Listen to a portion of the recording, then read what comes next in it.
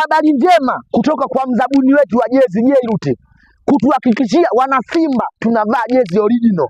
Katuletea maduka ya jezi nchi nzima, kila mkoa kuna duka la jezi la Jairut ambalo linauza jezi original kwa bei ya jumla na rejareja. Nihakikishie mwana Simba unamiliki jezi original, lakini pia ni haki na wajibu na ni lazima kwa kila mwana Simba anapinga uzalishaji, uuzwaji, ununuaji na uvahaji wa jezi feki. Hawa wanaotengeneza na wanaouza na wanaovaa wanaihujumu klabu ya Simba.